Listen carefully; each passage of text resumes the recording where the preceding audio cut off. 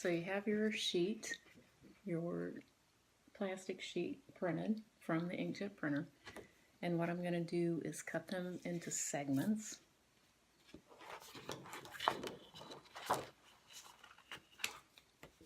Make sure you leave enough white space around them. You don't want to cut them real close. I like the white space around the edges. It makes a nice finish.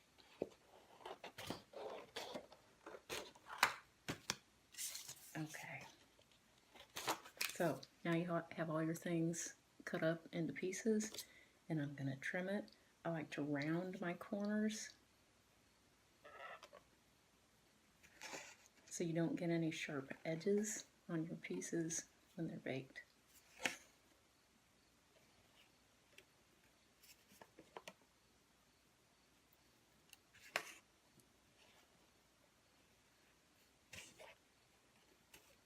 This is the inkjet paper that I'm using now. You can get other kinds. So now I have a piece. Okay, so here I have my cut up pieces, and see the white around them. It makes a nice border. I've got a magazine to press them down, and I've got these pieces on a cookie sheet. They are on top of parchment paper. You don't want to put them directly on a cookie sheet or they will stick. And I use a really old cookie sheet for crafting. I don't like to put food on there.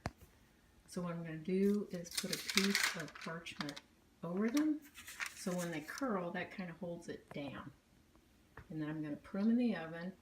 I've got it set at 320, and I'm going to put them in for approximately 2 minutes and 30 seconds, no more than 3 minutes.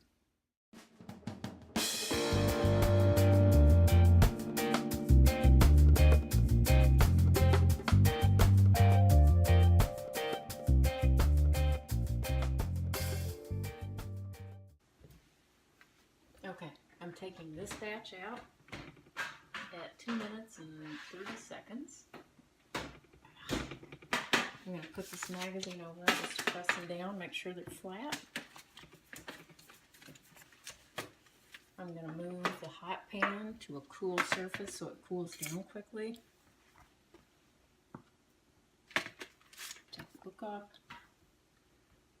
Parchment off. Alright. You see how small they are? Okay, here we are. I'm giving these pens the last coat of clear glaze. It's from Krylon. It is really nice stuff. I also have a matte finish from Krylon, which means it's like a flat. It doesn't have any type of gloss to it. I like the gloss. So I'm just going to give them one more coat.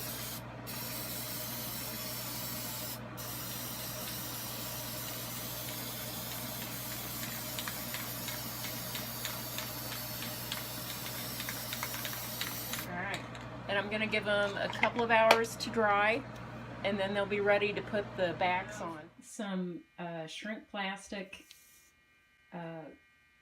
pieces that have already been baked.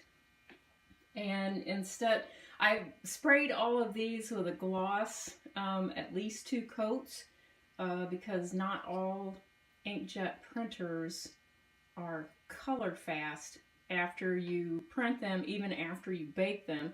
And my first whole batch was ruined the first time I used this because everything ran, because this is liquid. So we're gonna put on Mod Podge, and it's a dimensional coating, and I like it for small things. I don't like it for very big things because it's very easy to get bubbles in it, and if you get a bubble in it, it's ruined. I don't like it. So I have one that is already dry, because you're going to want these to dry for about 24 hours. Can you see the gloss on there? And it is thick. Can you see that. And I like the finish on it, but I prefer the flat gloss layering that I do with the spray lacquer. Okay, so we'll do this. I'll show you how to put it on. We've got the Mod Podge. It has a little tip there. And what you're going to want to do is just put it on kind of thick. Go around the edges.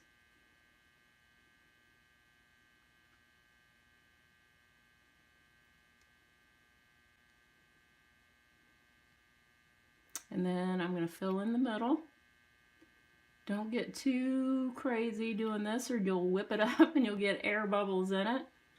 Alright, and now I'm just going to put a couple extra drops in there. There's a bubble. Okay, so now we have a bubble and I'll do this. That gets it out. The little tiny ones are the ones that are hard to get out. And don't push them over the edge or you'll get it all draining over the edge of your piece. All this liquid will drain off. Not all of it, but it tends to run a little bit. Okay.